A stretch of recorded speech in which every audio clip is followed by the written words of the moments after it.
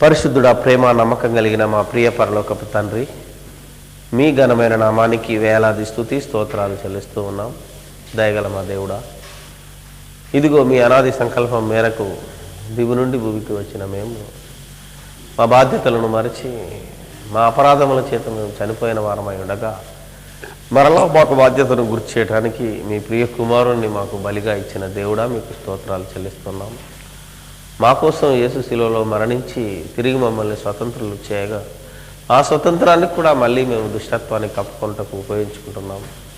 అలా ఉపయోగించుకుంటున్న వారికి మరి నా తండ్రి సత్యవాక్యాన్ని సరిగా విభజించి ఉపదేశించి వారి దుష్టత్వం నుంచి మళ్లించగలుగుటకు మీరిచ్చిన ఈ వాక్యాన్ని బట్టి మీకు వందనాలు చెల్లిస్తూ మమ్మల్ని మేము కాపాడుకుంటూ అనేక మందిని రక్షణలోనికి నడిపించగలుగుటకు మాకు ఈ భాగ్యాన్ని ఇచ్చినందుకు వందనాలు చెల్లిస్తూ, దేవా, మేమేమి వినుచున్నామో జాగ్రత్తగా వినగలుగుటకును వినదానిని గ్రహించి దాని ప్రకారము ప్రవర్తించే వారమై ఉండగలుగుటకు సహాయము దయచేయమని మా ప్రభువైన యేసుక్రీస్తు పేరట ఈ ప్రార్థన మీకు సమర్పిస్తున్నాము తండ్రి, ఆమేన్.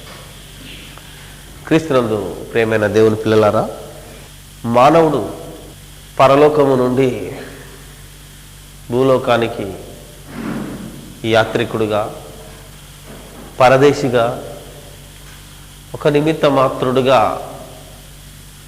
వచ్చిన నాటి నుంచి నిజంగా ఏదెను వనములో ఆదాము అవ్వలు తప్పు చేయకముందు, అనగా మంచి చెడ్డలు అనేది తెలియకముందు వారి ఆయుష్ ఎంతో, వారి బ్రతుకు కాలం ఎంతో, లేకపోతే వారికి మరి దేవుడు వారిని యాత్రికులుగా ఉంచాలనుకున్నాడో, పరదేశులుగా ఉంచాలనుకున్నాడో, భూమి మీద ఎలా ఉంచాలనుకున్నాడో బైబిల్లో చెప్పబడలేదు. కానీ ఎప్పుడైతే తప్పు చేశారో అక్కడి నుంచి తన సంకల్పాన్ని ఒక్కొక్కటిగా బయటపెట్టి, మీరు కేవలం యాత్రికులే ఈ భూమి మీద, తిరిగి మీరు నా దగ్గరికి రావాలి అని దేవుడు మొట్టమొదటనే ఈ మానవుడికి మరి బోధించిన విధానము మనందరికీ తెలుసు.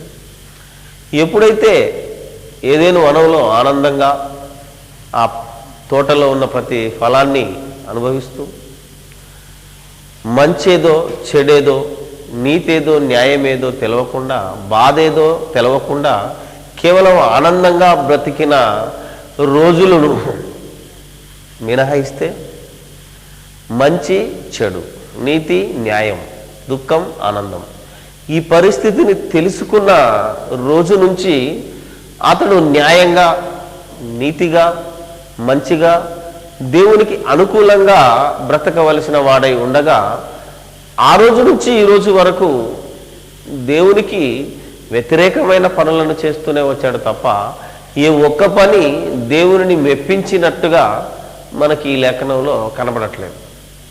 ఆదాము మొదలుకొని నేటి వరకు, అనగా ఆదాము తప్పు చేసిన తర్వాతనే మంచి చెడ్డల తెలివినిచ్చు వృక్ష ఫలాలను తిన్న తర్వాత ఎప్పుడైతే దేవునికి దూరం అయ్యాడో ఆ దూరాన్ని ఇంకా పెంచుతూనే పోతున్నాడు తప్ప ఆ దూరాన్ని తగ్గించుకోవడానికి ప్రయత్నించటం లేదు. అలా చాలా దూరం వెళ్ళిపోయాడు. కానీ కన్న తండ్రి తన యొక్క బాధను, తన యొక్క ప్రేమను, మరలా మన ఎడల ఉన్న తన యొక్క సంకల్పాన్ని తెలియచేసి తిరిగి తన ప్రియ కుమారుడు మన రక్షకుడైన యేసుక్రీస్తును మరలా భూమి మీదికి పంపి ఆయనను శిలువలో బలి చేసి తిరిగి తన దగ్గరికి తీసుకునే ప్రయత్నం చేశాడు. కొంతమందిని తీసుకుంటున్నాడు, అక్కడ నుంచి కొందరిని తీసుకోవడానికి ప్రారంభం చేశాడు. మరలా వచ్చినట్టే వచ్చి యేసుక్రీస్తు ద్వారా ఈ నరుడు తిరిగి దేవునికి దూరం అవుతూనే ఉన్నాడు. దేవుని జ్ఞానం ఎరిగినవాడు, దేవుని జ్ఞానం ఎరగనివాడు, అసలు మానవుడు ఈరోజు దేవునికి ఎంతో దూరముగా, దేవుడు చెప్పిన ప్రతి మాటకు వ్యతిరేకంగా బ్రతుకుతున్నాడే తప్ప ఎట్టి పరిస్థితుల్లో నేనెందుకు పుట్టాను, నేను ఎక్కడ పుట్టాను, నేను ఎందుకోసం ఈ భూమి మీదకి వచ్చాను, ఎంతకాలం మీ ముందు బ్రతకాలి, తిరిగి నేను వెళ్ళవలసిన స్థానం ఒకటి ఉందని మర్చిపోయి దేవుడు కాదన్న ప్రతి పనిని సాధ్యమైనంత వరకు దాన్ని చేసి చూపించాలనే తపనతో ప్రకృతి నియమాలను, దేవుని నియమాలను కాదని ప్రకృతికి దేవునికి విరుద్ధమైన ఎన్నో కార్యక్రమాలను జరిగిస్తూనే ఉన్నాడు. అలా నాటి నుంచి నేటి వరకు ప్రకృతి మీద ప్రయోగాలు చేస్తూ దానిని అభివృద్ధి అని, దానిని మరి శాస్త్రమని రకరకాల పేర్లు పెట్టి ఈ మనిషి ప్రకృతిని పాడు చేస్తూ వచ్చాడే తప్ప ప్రకృతికి మేలు చేసిన ఏది లేదనేది మనం ఈరోజు శాస్త్ర పురోగతిలో మనం తెలుసుకోవచ్చు. ప్రతి శాస్త్రము వెనకాల దాని నెగటివ్ ఎఫెక్ట్ని కనుక మనం ఆలోచిస్తే ఈరోజు అది ప్రకృతికి దెబ్బతీసేదిగానే ఉన్నది తప్ప ప్రకృతికి పనికొచ్చేది లేదు. కానీ మనిషి ఏమనుకుంటున్నాడు అంటే ఇది నా అభివృద్ధి, ఇది నేను సాధించిన ప్రగతి, ఇది నేను సాధించిన శాస్త్రము అనే ఒక విధమైన గర్వంలోనికి వెళ్ళిపోయాడు. అందులో ఒకటే అంతరిక్ష శాస్త్రం. దీన్ని ఇంగ్లీష్లో కాస్మాలజీ అన్నాడు. ప్రతిరోజు నాటి ఆదిమ మానవుని గనక గమనిస్తే ప్రకృతిలో ప్రతి దాన్ని చూసి భయపడేవాడు. చిన్న కాలువను చూసినా భయపడేవాడు, ఓ చెట్టును చూసినా భయపడేవాడు, జంతువును చూసినా భయపడేవాడు. అసలు ఆకాశంలోనికి చూస్తే మరి అతడి పరిస్థితి అగమ్య గోచరంగా ఉంది అనేది మనకు చరిత్ర చెప్తున్న పుస్తకాలలో ఉన్న నిజం. కానీ ఒక్కొక్క మెట్టు ఎదుగుతూ ఈ ప్రపంచాన్ని ఎప్పుడైతే, భూమి మీద ఉన్న సమస్తాన్ని ఎప్పుడైతే తెలుసుకోగలిగాడో అప్పుడు భూమి చాలక పైకి చూడటం ప్రారంభించాడు. ఇప్పుడు కనుక మనం ఆలోచిస్తే ఒకనాటుకు మనిషి ఈ చిన్నప్పుడు అనేవాళ్ళు మనిషి హైదరాబాద్లో ఉన్నవాడే కాశీకి వెళితే తిరిగి వచ్చే దాఖలా లేదు అని చెప్పేవాళ్ళు. ఎందుకంటే ఎక్కడుంది ఇది? ఉత్తరప్రదేశ్లోనే ఉంది. మన దేశంలో ఉన్న వాటికి అలా వెళ్ళాడంటే తిరిగి వచ్చే గ్యారంటీ లేదు. ఎందుకంటే అక్కడికి వెళ్ళవలసిన ప్రయాణం మళ్ళీ తిరిగి వచ్చే లోపల వీడు ఎప్పుడైపోతాడో తెలవదు. కానీ ఈరోజు అదే ఉత్తరప్రదేశ్కి ఒక రోజులో వెళ్ళి ఒక గంటలో వెళ్ళి ఒక గంటలో తిరిగి వచ్చేస్తున్నాడు. ఆఫ్టర్ ఆల్ ఇండియా ఏంటి? సప్త సముద్రాలను దాటి ఖండాలు దాటిపోయి కూడా ఒకే రోజులోకి వెళ్ళి అమెరికాకి వెళ్ళి మళ్ళీ ఒక రోజులోనే మన తిరిగి ఇండియాకి వచ్చే సౌకర్యము తెలుసుకున్నాడు. ఇప్పుడు వెళ్ళి రావడానికి, అమెరికాకి వెళ్ళి రావడానికి కనీసం మినిమం 10 hours పడుతుంది. నువ్వు ఫ్లైట్లో వెళ్ళినా 10 గంటలు తెలుసా? మినిమం 10 గంటలు. ఒక దుబాయ్కి వెళ్ళాలంటే భారతదేశం నుంచి 2.5 గంటలు, అంటే బాంబే నుంచి కరెక్ట్ టైం అయితే. ఢిల్లీకి వెళ్ళి రావాలంటే మనం 1 hour పడిపోతుంది. అది ఒకవేళ ఫ్లైట్లో వెళ్తే నువ్వు ఎయిర్పోర్ట్కి వెళ్ళి మళ్ళీ ఆడికి వెళ్ళి మళ్ళీ దిగి ఎయిర్పోర్ట్ వెళ్ళి నువ్వు వెళ్ళాలంటే అదో 2 hours పడిపోతుంది. ట్రైన్లో వెళ్తే 24 hours పడుతుంది. కానీ ఇప్పుడు మనిషి ఎలా అభివృద్ధి పొందాడు దాన్ని శాస్త్రం పేరుతో చెప్తే ఈరోజు ఇక్కడే కూర్చొని అమెరికా వెళ్ళాల్సిన పని లేదు. తెలుసా మీకు? అక్కడున్న జార్జ్ బుష్తో లేకపోతే బిల్ గేట్స్తో మన ఇండియాలో మన హైదరాబాద్లో కూర్చొని కాన్ఫరెన్స్ పెట్టవచ్చు. టెలికాన్ఫరెన్స్ అంటారు. అంటే మన స్క్రీన్ మీద అతను మాట్లాడుతుంటాడు, అతని స్క్రీన్ మీద మనం మాట్లాడుతుంటే ప్రపంచం మనిషి గుప్పిట్లోకి వచ్చేసింది ఈ ప్రకృతిలో ఉన్న ప్రతిదీ. అంటే అమెరికాకి వెళ్ళి రావాల్సిన పని లేదు ఇప్పుడు. అంటే ప్రయాణం కూడా చేయవలసిన పని లేకుండా ఎంతో అభివృద్ధిని సాధించాలని చెప్పుకుంటున్నాడు. కానీ ఈ అభివృద్ధిలో ఎంతవరకు ప్రకృతి కాలుష్యానికి దెబ్బతిన్నదో, ప్రకృతిలోని ప్రతిదీ పొల్యూట్ అయిపోయిందో గమనించలేని స్థితికి ఎదిగిపోయాడు అతడు. దాని హద్దు మీరిపోయాడండి. కాబట్టి ప్రకృతిని గురించి మర్చిపోతే ఇక ఇక్కడ బ్రతకలేననే పరిస్థితి తెలుసుకొని వాడు అంతరిక్షం వైపు కన్నులు చూశాడు. ఇప్పుడు అంతరిక్షానికి ఒకప్పుడు కనుక మనం ఆలోచిస్తే ఇది ఒక్కొక్క మెట్టే. దాన్ని మానవుడి యొక్క మనం ప్రగతి అని అనుకుంటే అభివృద్ధే. ముందుగా మనిషి లేని దానిని ఒక మరి రాకెట్ను ప్రయోగించారు. ఆ తర్వాత ఒక జంతువులను అనగా ఒక కోతినో ఒక ఎలకనో పెట్టి పంపించారు. ఆ తర్వాత మనిషే వెళ్ళిపోయాడు. ఎక్కడికి? చంద్రమండలం అనుకుందాం. దీని మీద ఒక ఆయన మొన్న మంచి కామెంట్ చేశాడు. మొట్టమొదటి వ్యక్తి ఎవరు? నీలం ఆర్మ్స్ట్రాంగ్ వెళ్ళిపోయి వచ్చిన తర్వాత అసలు స్పేస్లోకి వెళ్ళిన యూరి గగారిన్ అయితే రష్యా వాడు, ఇతడు ఇలా మాంసంగా వెళ్ళొచ్చాడు. మనకేదో ఫోటోలు కూడా చూపిస్తున్నారు. ఒక ఆయన అన్నాడు, నిజంగా చంద్రమండలం వెళ్ళాడంటారా అని అడిగినాడట. ఎందుకంటే ఏదో ఫోటో చూపిస్తున్నాడు, అవునా కదా, నేను ఎక్కడ దిగినానని చూపిస్తున్నాడు, ఎగిరొచ్చినట్టు చూపిస్తున్నాడు. అది చంద్రమండలమే గ్యారంటీ ఏంటని ఒక ఆయన అడిగాడు. ఏమోనండి నాకు తెలియదు, ఇప్పుడు నువ్వు నాసా శాస్త్రవేత్తలు అడగాలి, అవునా కదా. ఎందుకంటే ఇక్కడ నిలబడి చంద్రుని మీద నువ్వు ఫోటో తీసి అక్కడ వాడు దిగుతున్నట్టు మనకు కనబడాలి, అది చంద్రుడు అయితే, అవునా కదా. ఇంకేదో గ్రహంలో దిగి ఇదే చంద్రమండలం అనడానికి గ్యారంటీ ఏముంది? ఊరికే చెప్పండి చూద్దాం. డౌట్ చెప్పాడు. ఏమంటావు సుధాకర్? ఏదో గ్రహంలో దిగి, అవునా కదా. మనం ఆలోచిస్తే ఎన్నో గ్రహాలు ఉన్నాయి, ఎన్నో నక్షత్రాలు ఉన్నాయి, ఎంతో నక్షత్ర మండలాలు ఉన్నాయి, ఈ ఆకాశ అంతరిక్షంలో లెక్కలేనన్ని ఉన్నాయి. ఎక్కడో దాని మీద ఈ రాకెట్ దిగి దీని మీద దిగి ఇదే చంద్రమండలం అంటున్నాడు. నిజంగా అదే చంద్రమండలం అన్న గ్యారంటీ ఏమిటి అని అడిగాడు.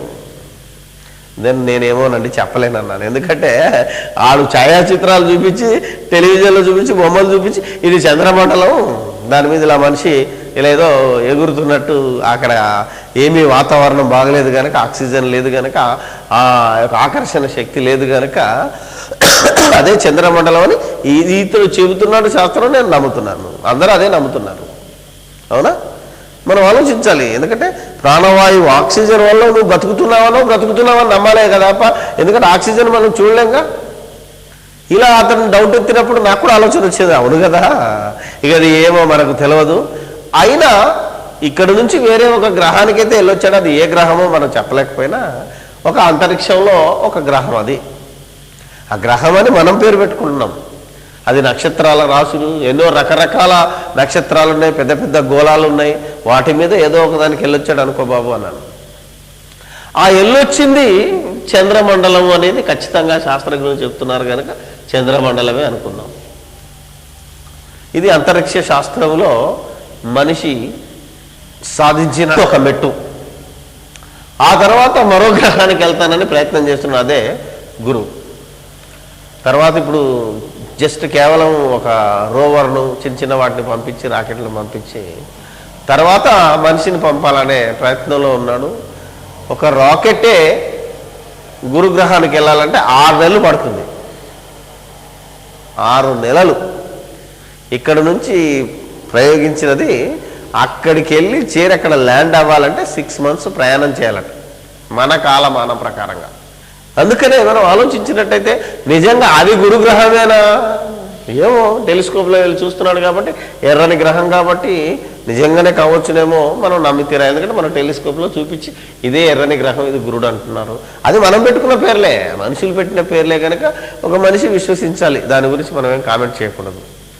ఇప్పుడు కామెంట్ ఎందుకు చేయవలసి వచ్చింది, అసలు ఈ సబ్జెక్ట్ అంతా ఎందుకు తీస్తున్నాము అంటే, లేటెస్ట్గా ఇదిగో ఈనాడు పత్రిక 14/10/2003 నాడు ఒక వార్త వచ్చింది. ఏంటంటే చంద్రుడిపై ఎకరం భూమి ఖరీదు $40. ఆస్ట్రేలియాలో నేటి నుంచి అమ్మకాలు, ఇప్పటిదాకా కొన్నది 20 లక్షల మందట. ఇది ప్రపంచంలో సంచలనమైన వార్త. ఎప్పటి నుంచి? ఆస్ట్రేలియాలో, ఇది మెల్బోర్న్, అక్టోబర్ 13. చంద్రుడిపై ప్లాట్లు అయిపోతున్నాయి త్వరపడండి అంటూ ఆస్ట్రేలియా వ్యాపారి పాల్ జాక్సన్ అందరినీ, ఎవడిడు పాల్ జాక్సన్ అంటే ఎవడు? క్రైస్తవుడు కదా పాల్. మీరు కనుక ఆలోచిస్తే అందరినీ తొందర పెడుతున్నాడు. ప్రతి దాంట్లో మనోడేనండి ఉండేది. మీరు కనుక ఆలోచిస్తే ఏ దానికే దుర్మార్గతలోనైనా, అసలు సన్మార్గతలోనైనా, శాస్త్రంలోనైనా, లేకపోతే ఏమంటారు రౌడీలోనైనా, అంతే కదా. రౌడీ షీటర్స్ ఆంథోనీ అంటాడు, అవునా కదా. మీరు ఆలోచిస్తే ఆడేవుడు మన బ్రదరే. ఒక పెద్ద రౌడీ షీటర్లు చూసుకుంటే దావీదు రాజు. మీరు కనుక ఆలోచిస్తే అన్నీ వాళ్ళే కనబడుతున్నారు. దొంగల్లో చూసినా స్టూవర్ట్ ఇప్పుడు దొంగలంతా మనోళ్ళే. అర్థమైందా లేదా? పేరు మోసిన వాళ్ళు ఈ పేర్లు గలవాళ్ళే. మనోళ్ళంటే ఐ మీన్ క్రైస్తవులుగా చలామణి అవుతున్న వారు క్రైస్తవుల పేర్లు అనుకున్నాం. అది నా భావం. అంటే మనోళ్ళు అంటే ఇక అనాలి కదా మరి, పేరును బట్టి మన క్రైస్తవుడు అంటున్నాం కాబట్టి. ఆయన లూనార్ రియాలిటీ అనే సంస్థను ప్రారంభించి మంగళవారం నుంచి వీటి విక్రయాన్ని ప్రారంభిస్తున్నారు. ఒక ఎకరం ప్లాటు $40 అమెరికన్, 10 ఎకరాల లైఫ్ స్టైల్ ప్లాటు $202 అమ్మబోతున్నారు. ఆస్ట్రేలియాలోని మెల్బోర్న్లో జాక్సన్ తన సంస్థను ప్రారంభించారు. నిజానికి చంద్రుడిపై ప్లాట్ల విక్రయం 1980 నుంచి సాగుతుంది. నెవాడాకు చెందిన డెన్నిస్ హోప్, ఈడు క్రైస్తవుడే అనే వ్యక్తి అమెరికా చట్టంలోని లొగుసును ఆధారంగా చేసుకొని చంద్రుడిపై ప్లాట్లను అమెరికా, రష్యా ఐక్యరాజ్య సమితి వద్ద రిజిస్టర్ చేయించుకున్నాడు. లూనార్ ఎంబసీని ప్రారంభించి చంద్రుడిపై భూముల్ని అమ్మేస్తున్నాడు. ఇప్పటిదాకా 180 దేశాల్లోని దాదాపు 20 లక్షల మంది అక్కడ ప్లాట్లు కొనేసుకున్నారు. ఆస్ట్రేలియా వాటాను హోపు వద్ద తాను కొన్నానని, దాన్ని విక్రయిస్తానని జాక్సన్ చెబుతున్నారు. ఏదో ఒకరోజు మనకి చంద్రుడిపై నివసించే అవకాశం వస్తుంది, దాన్ని తలుచుకుంటేనే ఎంతో ఆనందంగా ఉంది అన్నారు ఆయన. కోసమరుపు ఏమిటంటే ఈ ప్లాట్లు అమ్మేవాళ్ళు ఫక్తు రియల్ ఎస్టేట్ వ్యాపారంలా ప్రవర్తిస్తున్న సైట్ సీయింగ్ హౌస్ మాత్రం ఎత్తటం లేదు అని ఏదో ఇచ్చాడు పేపర్లో. ఇంతకీ పాల్ జాక్సన్ అయినా, లేకపోతే హోప్ అయినా, ఈ ఐక్యరాజ్య సమితి అయినా, లేకపోతే ఈ అమెరికా వాడైనా, రష్యా వాడైనా, ఇంకెవరైనా మనం కనుక ఆలోచిస్తుంటే, ఇదిగో ఇప్పుడే బ్రదర్ తీసుకొచ్చాడు, అంతరిక్షంలో 3వ చంద్రుడట. ఇది ఈనాడులో వచ్చిన వార్త అండి, జ్ఞాననేత్రం. ఇంతకీ మనోళ్ళు ఏ చంద్రుడి మీదకి వెళ్ళారు ఇప్పుడు? అవునా కదా? మొదటి చంద్రుడా, 2వ చంద్రుడా, 3వ చంద్రుడా? అందుకే ఆయన డౌట్ కరెక్టే. ఈరోజు కనుక మనం ఆలోచించుకుంటూ పోతుంటే ఇలాగా అదే శాస్త్రం ఒక్కొక్కసారి ఒక్కొక్క రీతిగా వేస్తూ ఈరోజు అన్నది రేపు, రేపు అన్నది ఎల్లుండి కాదనే దశకు వెళ్తున్నది కనుక మనం అప్పుడప్పుడు శాస్త్రాన్ని కూడా సవాలు చేస్తున్నది. ఎందుకంటే శాస్త్రాన్ని కూడా నమ్మకూడదు. ఎందుకంటే శాస్త్రము ప్రకృతిలో మానవుని అనుభవాన్ని బట్టి మారేది. దానికి ఒక స్టాండర్డ్ ఉంది. ఇవాళ ఒక శాస్త్రవేత్త రైట్ అంటే రేపు వచ్చి ఆ శాస్త్రవేత్త ఇంకో శాస్త్రవేత్త దాన్ని తప్పంటున్నాడు. కాబట్టి శాస్త్రం అనే దాని మీద ఎప్పుడు బేస్ కాకూడదు. అయితే ఈ కాలంలో ఉన్న ఈ శాస్త్రము రైట్ అంటున్నాడు కాబట్టి ఆ శాస్త్ర ప్రకారంగా బైబిల్ దాన్ని సపోర్ట్ చేస్తే, బైబిల్ను ఈ శాస్త్రం సపోర్ట్ చేస్తే దాన్ని మనం ఓకే అంటున్నామే తప్ప శాస్త్ర ప్రకారంగా బైబిల్ రైట్ కాదు, బైబిల్ ప్రకారంగా శాస్త్రం రైట్. మరలా చెప్తాను, శాస్త్ర ప్రకారంగా బైబిల్ రైట్ కాదు, బైబిల్ ప్రకారంగా ఉన్నది శాస్త్రం రైట్ అవుతుంది తప్ప శాస్త్రాన్ని చూసి బైబిల్ రైట్ అనకూడదు. అక్కడే మనం జాగ్రత్త వహించాలి. కాబట్టి ఇతడు ఎకరం $40 అమ్ముతున్నాడు అంటే అసలు వీడికింత ధైర్యం ఎవడిచ్చాడు? అయితే ఐక్యరాజ్య సమితి దగ్గర రిజిస్టర్ చేసుకున్నాడంటే, ఈ ఐక్యరాజ్య సమితి భూమి మీద ఉన్న దేశాల సమితి, అవునా కదా? ఇంతకీ చంద్రుడి మీద అమ్మటానికి ఐక్యరాజ్య సమితికి ఎక్కడ అధికారం ఉంది? ఆలోచించాలి కదా. చంద్రుడి మీద భూమిని రిజిస్టర్ చేయడానికి ఎవరికి అధికారం ఉంది? అసలు ఈ భూమిని కూడా మీరు కనుక చూస్తే లేవీకాండంలో చెప్తాడు. మరి జాగ్రత్తగా గమనిస్తే అసలు ఈ భూమినే ఎవడు అమ్మడానికి వీల్లేదు, కొనడానికి వీల్లేదని బైబిల్లో ఉంటుంది. ఇశ్రాయేలుకి దేవుడు ఇస్తూ మీరు ఈ భూమిని అమ్మొద్దు, కొనొద్దు అని కూడా ఉంటుంది. తెలుసా? భూమిని అమ్మకానికే పెట్టొద్దు అని లేవీకాండంలో ఉంటుంది. నేను కనుక జాగ్రత్తగా ఆలోచిస్తే అసలు ఈ లోకంలో ఉన్న ఈ భూమినే నువ్వు కొనడానికి లేదు, అమ్మటానికి లేదు. ఎందుకు? నువ్వెవడు అమ్మటానికి? నీదా ఇది? ఎవరిచ్చారు ఈ భూమిని? దేవుడు నీకు ఇచ్చాడు కాబట్టి దాని మీద నువ్వు బ్రతకడానికి ఇచ్చాడు, కానీ దీన్ని అమ్ముకోవడానికి నీకెక్కడిది అధికారం? ఆలోచించాలి. ఎందుకంటే లాస్ట్కు పోతూ పోతూ వాళ్ళకు కొన్ని లేవీకాండంలో లాస్ట్కి ఏమంటాడంటే, పోనీ దేన్ని నమ్మకూడదు, ఒకవేళ రాజరికం వచ్చింది, రాజరికం వచ్చిన తర్వాత రాజు భూమి మీద అధికారం పొందుతాడు, అన్ని పొందిన తర్వాత కూడా దేవుడి మాన్యం, దేవుడి భూమి ఉంటే చూసావా, దాన్ని మాత్రం అమ్మటానికి వీల్లేదంటాడు. అది లేవీకాండంలో ఉంటుంది. ఎందుకంటే దేవాలయం కోసం లేవీలకు ఇచ్చిన భూమిని అమ్మటానికి వీల్లేదు, రాజైనా సరే దానికి అధికారం లేదు అని ఆ రోజు లేవీలకు చట్టం ఉంటుంది. అది లేవీకాండము 3వ వచనం 25-23. లేవీకాండము 25వ అధ్యాయము 23వ వచనము. భూమిని శాశ్వత విక్రయము చేయకూడదు, ఆ భూమి నాదే, మీరు నా యొద్ద కాపురమున్న పరదేశులు అన్నాడు. అర్థమైందా? భూమిని శాశ్వత విక్రయము చేయకూడదు. నువ్వు అమ్మటానికి నువ్వెవడు? భూమి నాది. ఎందుకంటే దేవుడు తయారు చేశాడు కనుక ఈ భూలోకము, భూమి మొత్తం దేవుడిది. కాబట్టి భూమినే అమ్మటానికి వీలు లేదని నువ్వు నివసిస్తూ నీకిచ్చిన, నువ్వు బ్రతకడానికి ఇచ్చిన ఈ భూమినే నువ్వు అమ్ముకోవడానికి వీలు లేదని దేవుడు నిర్ణయిస్తే నువ్వెక్కడో చంద్రమండలం, నీకు సంబంధం లేని చంద్రుని మీద భూమిని అమ్మటానికి ఈడవడు. ఇది మనం ఆలోచించినట్టయితే అద్భుతం కదా. సరే, ఎందుకు అమ్ముకోకూడదు? మేము వెళ్తున్నాం కదండి, మేము వెళ్ళాము చంద్రమండలానికి, ఈ రేపో ఎల్లుండో ఇది భూమి సరిపోదు మాకు, మేము ఖచ్చితంగా చంద్రమండలంలో బ్రతుకుతాము అని కనుక మనం ఆలోచిస్తే అప్పుడు దేవుడు వారికి ఇచ్చిన మంచి మంచి హెచ్చరికలను మనం చదువుతాము. ఆ రోజులలోనే ఆకాశానికి ఎక్కిపోదామని ఎక్కడ ప్రారంభించారు? ఆదికాండము. ఒకసారి మనం ఆలోచిస్తే 11వ అధ్యాయంలో బాబేలు గోపురాన్ని కనుక మనం జ్ఞాపకం చేసుకుందాం. ఎందుకంటే ఎవడైనా చంద్రమండలంలో బ్రతకగలడా? అక్కడ వెళ్ళి ఇల్లు కట్టుకోగలడా?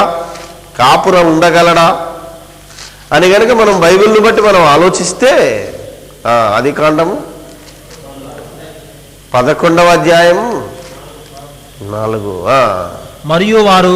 మరియు వారు భూమి అందంతట చెదిరిపోకుండా ఒక పట్టణమును, ఆకాశమునంటు శిఖరమును గల ఒక గోపురమును కట్టుకొని పేరు సంపాదించుకుందాము రండని మాటలాడుకొనగా. ఆకాశమునంటు శిఖరాన్ని అంటే పైకి ఎక్కుదామని. ఆకాశం అంటే మనకు కనబడుతున్న ఈ ఆకాశంలో చివరి వరకు మనం చేరిపోయి అక్కడ మనం ఏదో ఒకటి చేసుకుందాం, అందరం కలిసి ఇక్కడే బ్రతుకుతామని ఒక గోపురాన్ని కట్టడం ప్రారంభించారు. నిన్న మొన్న పేపర్లో వచ్చింది. ఆ కట్టింగ్ నా దగ్గర లేదు, లేకపోతే మాట్లాడాను. ఆకాశానికి నిచ్చెనలు వేస్తున్నారు ఇప్పుడు. అది కూడా శాస్త్రవేత్తలే. అంతరిక్షపు నిచ్చెన అని ఒక న్యూస్ వచ్చింది. నేను కటింగ్ చేయలేదు కాబట్టి తర్వాత కటింగ్ చేసిన తర్వాత దాని గురించి కూడా మాట్లాడతాను. సో ఇప్పుడు పోదామనేసరికి దేవుడు దిగి వచ్చి ఏమన్నాడంటే మొత్తానికి ప్రజలందరినీ ఎక్కడ చెదరగొట్టాడు? మొత్తం వాళ్ళ భాషలు మార్చేసి వాళ్ళని అందరినీ భూమి అందంతటా చెదరగొట్టేశాడు. ఎందుకు చెదరగొట్టాడు? మేము ఒక్క దగ్గరే ఉందాం, ఆకాశముని ఎక్కిపోదాం అని ఆ ఆలోచన వచ్చింది కనుక దేవుడు వాళ్ళ ప్రయత్నాన్ని దెబ్బతీశాడు. ఎందుకు దెబ్బతీశాడు? ఆదికాండం 1:20 చూస్తే మీకు అర్థమైపోతుంది. ఆదికాండం 1:28 దేవుడి మాట ముందుగా మొదటి మానవులతో చెప్పాడు కనుక ఈ మాట అందరి మానవులకు వర్తిస్తుంది కనుక ఈ మాటని ఎప్పుడైతే మనిషి మీరుతాడో అప్పుడు దేవుడు తప్పకుండా తన శక్తిని, తన యొక్క ఉనికిని బయలుపరుచుకుంటాడు. ఏమన్నాడు అక్కడ? దేవుడు వారిని ఆశీర్వదించను. ఎట్లనగా మీరు ఫలించి అభివృద్ధి పొంది విస్తరించి భూమిని నిండించి దానిని లోబరుచుకొనుడి. అనగా మీరు ఎక్కడికి వెళ్ళాలి? భూమి అంతటా నిండాలి. అంటే భూమి మీద మీరు చెదిరిపోవాలి. మీరు ఎక్కడ బ్రతకాలి? ఇదిగో ఈ భూగోళం మీకు ఇచ్చాను, దీని మీద మీరు చెదరిపోవాలి అని దేవుడు మొదటి మానవులతోనే తన యొక్క సంకల్పాన్ని, తన యొక్క చిత్తాన్ని, తన యొక్క ఆశీర్వాదాన్ని, తన ఆజ్ఞను మనుషులకు తెలియజేశాడు కనుక మొట్టమొదటి ప్రయత్నం చెడిపోయింది. ఆ తర్వాత మనుషులు మరి భూమి అంతా చెదిరిపోవడం, ఈ చెదిరిపోవడంలోనే ఉండి కొన్ని వేల సంవత్సరాలు వచ్చేసరికి మరలా అంతరిక్షం మీద ఈ దృష్టి పడి, అలా అంతరిక్షం మీద దృష్టి పడి పడి పడి పడి ఏం చేశాడంటే ఒకసారి అంతరిక్షానికి ఎక్కిపోవడం, ఈ గ్రహాంతర వాసాలు చేయడం, గ్రహాంతర వాసానికి ప్రయాణం చేయడం అనేది మనిషి కనుక్కున్నాడు. కనుక్కున్న తర్వాత ఇప్పుడేమంటున్నానంటే నేను అక్కడే కాపురం పెడతాను, ఇల్లు కట్టుకుంటాను, సంసారం చేస్తాను అనే ఆలోచన వచ్చింది. అది ఇప్పుడు వచ్చింది. కానీ ఇప్పుడు వచ్చింది మనిషికైతే అది మనిషి మెదడులో ఆనాటి నుంచే ఉన్నది. ఎప్పటి నుంచి? బాబేలు గోత్రం నుంచి కంటిన్యూ అవుతుంది. అది ఒక జాతి. అప్పటికి ఒక జాతి ఎవరంటే ఏదోమీయులు అనేవాళ్ళు ఉన్నారు. వాళ్ళు చాలా బలవంతులు, తిరుగుబాటుదారులు, దేవునికి వ్యతిరేకంగా పనిచేసే వాళ్ళు ఏదోమీయులు. వారికి ఈ యొక్క ఆలోచన అప్పటి నుంచి ఉన్నది. ఎప్పటి నుంచి ఉన్నది అని కనుక మీరు ఆలోచిస్తే, ఒకసారి బైబిల్ అనే ఈ మహావేదంలో ఓబద్య 1వ అధ్యాయము 1వ వచనంలో అదే చెప్తున్నాడు. ఓబద్యాకు కలిగిన దర్శనము ఏదోమును గూర్చి ప్రభువు యెహోవా సెలవిచ్చున్నది. ఓబద్య 1:1 ఏదోము గురించి చెప్తూ 3వ వచనంలో చూద్దాం. అత్యున్నతమైన పర్వతముల మీద ఆసీనుడవై ఉండి, అత్యున్నతమైన పర్వతం మీద ఆసీనుడవై ఉండి కొండ సందులలో నివసించువాడా, నన్ను క్రిందికి పడదోయగలవాడెవడని అనుకొనువాడా, నీ హృదయపు గర్వము చేత నీవు మోసపోతివి. పక్షిరాజు గూడంత ఎత్తున నివాసము చేసుకుని నక్షత్రములలో నీవు దానిని కట్టినను, అచ్చట నుండి నేను నిన్ను క్రింద పడవేతును. ఇదే యెహోవా వాక్కు. ఒకవేళ నువ్వు పక్షిరాజు అంటే గడ్డ, అది చాలా ఎత్తుకు ఎదుగుతుంటుంది. దానెత్తుకే కాదు, ఒకవేళ నువ్వు నక్షత్రాలలోనికి వెళ్ళినా అంటే వెళుతావురా బాబు అంటే ఈడు నక్షత్ర రాశిలోనికి వెళుతాడని దేవుడికి ముందే తెలుసు. ఇదేదో నా గొప్పతనం మేము వెళ్ళాను అనుకుంటుంది ఈ శాస్త్రం, కానీ నువ్వు వెళుతావనే విషయం దేవుడికి తెలుసు ముందే. ఆ జ్ఞానం నీకు వస్తుందని, ఆ జ్ఞానం నీకు కలుగుతుందని కూడా ఆ జ్ఞానాన్ని ఇచ్చినవాడు దేవుడే. ఎందుకంటే నువ్వు వెళ్ళిన నువ్వు అన్నాడంటే నువ్వు వెళ్తావురా బాబు అని ముందే చెప్పాడు.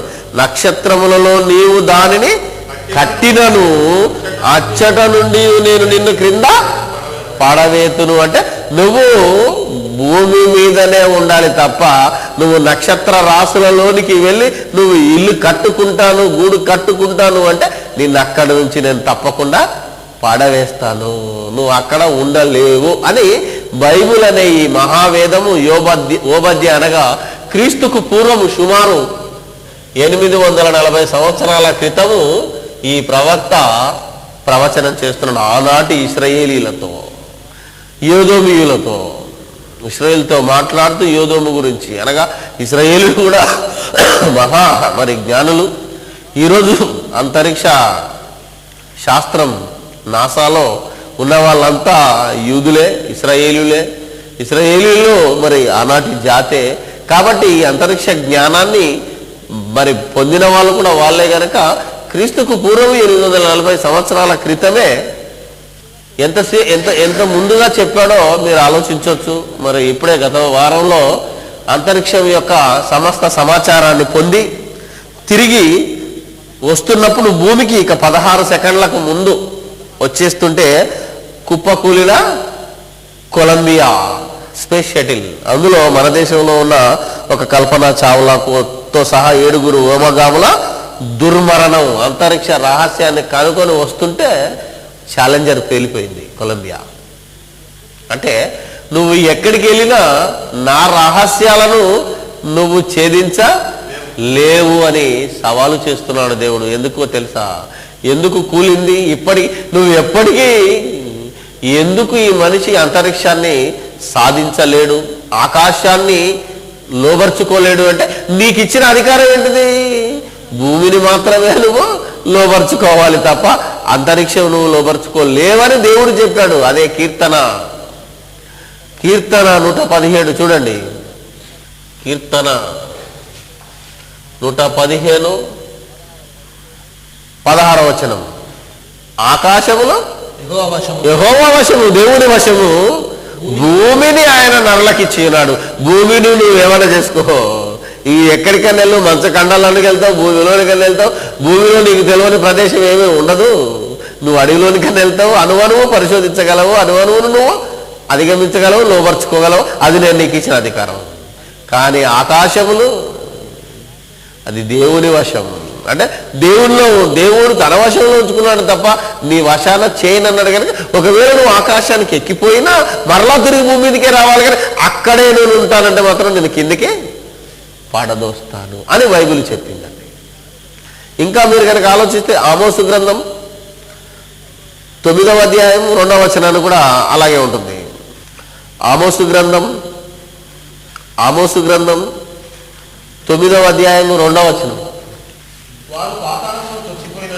వారు పాతాళములో చొచ్చుకుపోయినను అచ్చట నుండి నా హస్తము వారిని బయటికి లాగును, ఆకాశమునకు ఎక్కిపోయినను అచ్చట నుండి వారిని దింపి తెచ్చెదను. పరిశోధించటం లేదు. ఈ గ్రంథము ప్రపంచంలో ఉన్న ప్రతివాడి చేతిలో ఉందండి. ఇశ్రాయేలుడి చేతిలో ఉంది, అమెరికా వాడి చేతిలో ఉంది, ఆస్ట్రేలియా వాడి చేతిలోనూ ఉంది. అసలు 6 నెలల కనబడుతున్న ప్రతి దేశంలో ప్రతి భాషలో అందుబాటులో ఉన్న పుస్తకం ఏది? The Bible. ఎందుకంటే ఇది వర్డ్ ఆఫ్ గాడ్ గనక, నిజమైన దేవుని వాక్యము గనక, దేవుడి గ్రంథము గనక ఈ ప్రపంచంలోని ప్రతి జాతి మనుష్యుల చేతులలో వారి వారి భాషల్లో అందుబాటులో ఉంది. తెలుసు కదా మనకి ఇంత గ్రంథం ఈ ప్రపంచంలో లేదని. కాబట్టి ఎవరి భాషలో వారికి గ్రంథం ఉన్నప్పుడు ఆస్ట్రేలియా వాడు పాల్ జాక్సన్ అయితేనే, లేకపోతే ఎవడన్నా హోప్ అయితే మనకేంది, వాడి చేతుల్లో ఈ గ్రంథం లేదా? ఉంది. మరి దీన్ని చదవటం లేదా? ఆలోచించాలి. ఇది మత గ్రంథం అని పక్కన పెట్టాడే తప్ప నీ మతానికి మించింది, నీ ప్రపంచాన్ని తలక్రిందులు చేసేది, నీ శాస్త్రాన్ని, నీ అభివృద్ధిని అవసరమైతే అధపాతాళానికి నెట్టేది దేవుని జ్ఞానమని, దేవుని గ్రంథమని మర్చిపోతున్నాడు ఈ మానవుడు. ఎందుకు కిందికి తెస్తానంటున్నాడు? నువ్వు అక్కడికి వెళ్ళిపోయినా నువ్వు ఉండలేవు, నువ్వు ఖచ్చితంగా మళ్ళీ భూమి మీదకే రావాలి అని ఎందుకు చెబుతున్నాడు? ఎందుకంటే నీకు ఆల్రెడీ వాగ్దానం చేశాడు దేవుడు. నువ్వు ఎక్కడ బ్రతకాలి? అపోస్తల కార్యాలు 17:26లో మనకు తెలుసు. యాక్ట్స్ 17:26 ఏమనుందండి?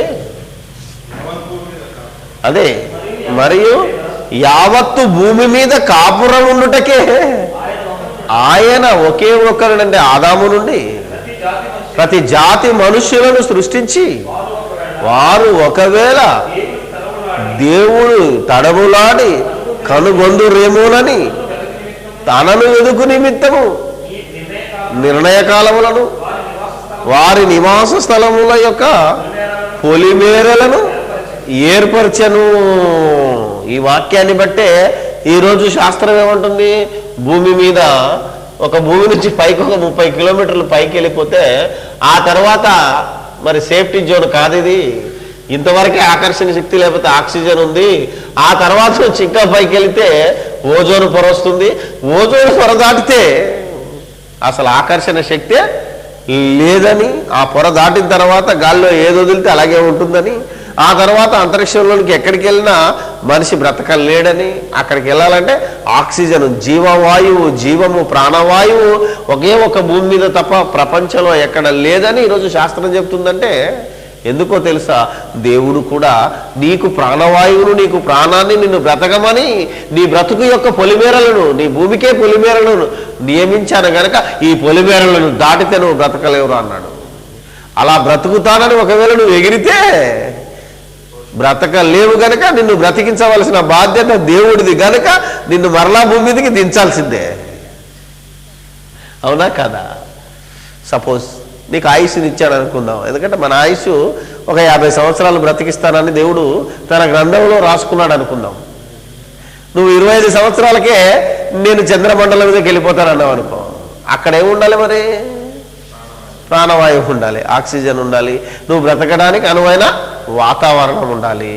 లేదనుకో అక్కడ ఏమైపోతావు? నువ్వు చేస్తావు. కానీ నేను 25 సంవత్సరాలకే చంపడానికి కాదుగా దేవుడు నిన్ను భూమి మీదకి పంపింది. కాబట్టి నువ్వు 50 సంవత్సరాలు నీకు ఇచ్చిన సమయాన్ని నువ్వు ఖచ్చితంగా జీవించాలంటే ఏం చేయాలి? మరి నీవు జీవించే అనువైన వాతావరణం నుంచి మళ్ళీ నేను తీసుకురావాలి. అది అందుకు నిన్ను భూమి మీదకి పడగొడతానరా, నువ్వు అంతరిక్షంలో బ్రతకలేవు అని దేవుడు ఎందుకు చెప్పాడంటే అది మన మంచి కోసమే, మన గర్వాన్ని తగ్గించడానికో, దేవుడు తన గొప్పతనాన్ని వివరించుకోవడానికో అనుకున్నా అసలు సంగతి ఏంటంటే మన మేలు కోసమే మనల్ని నువ్వు అంతరిక్షంలో మెడలు కట్టుకుందామని ప్రయత్నించినా, గుడు కట్టుకుందామని ఎగిరినా నిన్నక్కడ బ్రతకనివ్వను, నిన్ను భూమి మీదకే దించుతాను అంటున్నాడు. అంటే ఇప్పుడు చంద్రుని మీద జాగలమ్ముకుందాం, ప్లాట్లు కట్టుకొని ఇల్లు కట్టుకుందాం అన్నవాడు మూర్ఖుడా, మూర్ఖాగ్రేసరుడా? ఇప్పుడు మనం ఆలోచించాలి.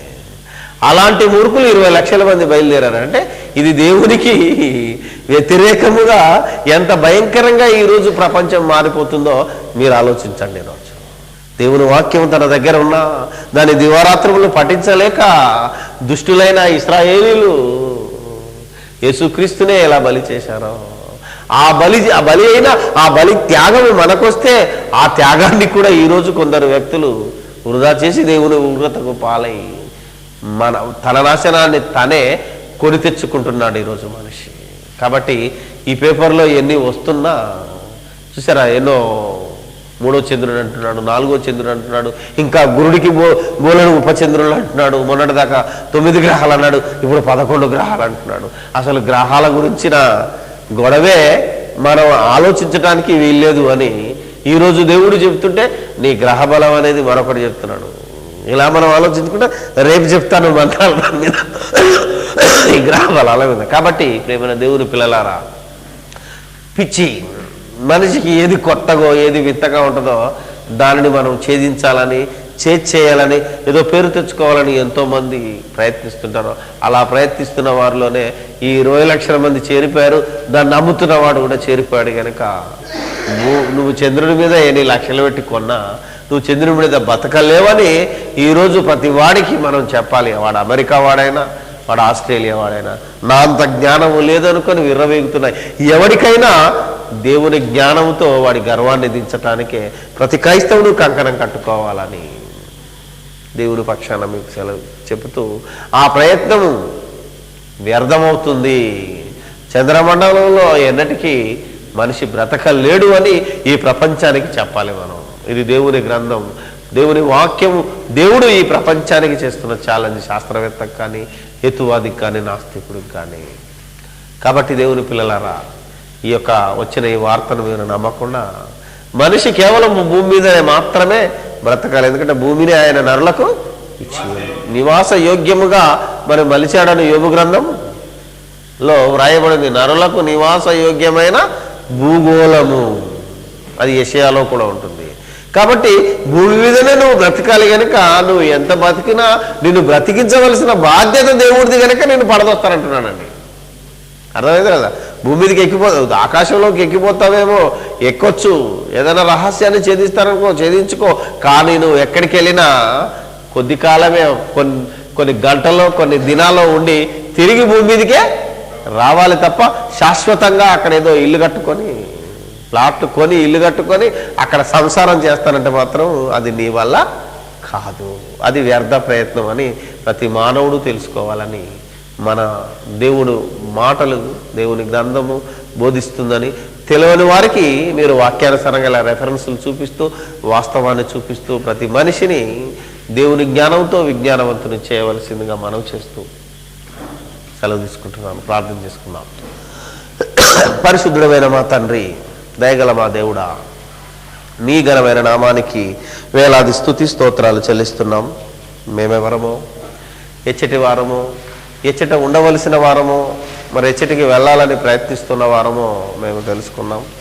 మేము ఎక్కడికి వెళ్ళినా మీ జ్ఞానాన్ని అధిగమించకుండా మా జ్ఞానాన్ని మీ జ్ఞానానికి లోబరిచి మీ జ్ఞాన ప్రకారంగా బ్రతికి ఈ లోకాన్ని విజ్ఞానవంతులుగా చేయగలుగుటకు సహాయము దయచేయమని, అందుకై మీరు మాకు ఇచ్చిన ఈ అవకాశాన్ని బట్టి మీకు స్తోత్రాలు చెల్లిస్తూ ఈ సత్యవాక్యము, ఈ నిజమైన రాజ్య సువార్త ఈ ప్రపంచమంతా ప్రకటించగలుగుటకు సహాయము దయచేయమని సమస్తము మీకే స్తుతి స్తోత్రాలు చెల్లిస్తూ మా ప్రభువైన యేసుక్రీస్తు పేరట ఈ ప్రార్థన మీకు సమర్పిస్తున్నాము తండ్రి.